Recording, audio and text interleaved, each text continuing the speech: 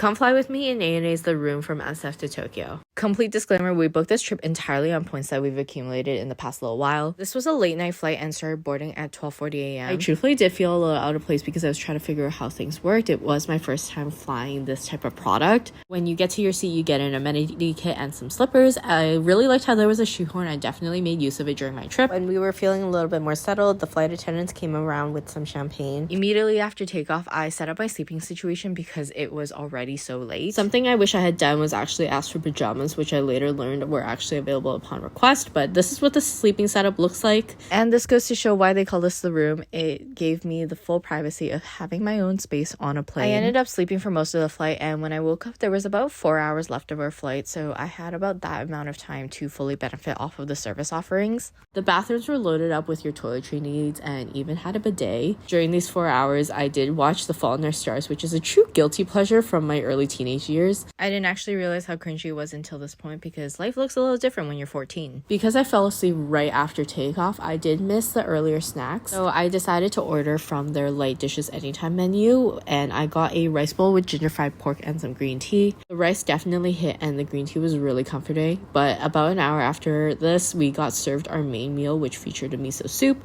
a few sides and grilled fish, and a bed of white rice. But because I had eaten an hour earlier, I didn't get to finish my food, but I was glad to try a little bit of everything. Afterwards, I watched my favorite in-flight entertainment, which is always the maps. I also used this time to block myself from seeing Wes. Just kidding. But Wes and I were seated next to each other and had the ability to let the divider down so that we could talk to each other. There is also storage space by the entertainment system with plugs, a mirror, and some shelving. If you choose to use your plugs, you can still close the shelf door and keep the bottom part lifted. I ended up taking another quick nap, and before we knew it, we landed in Tokyo. I have about 3.5 weeks worth of Asia content, so follow along for more travel vlogs.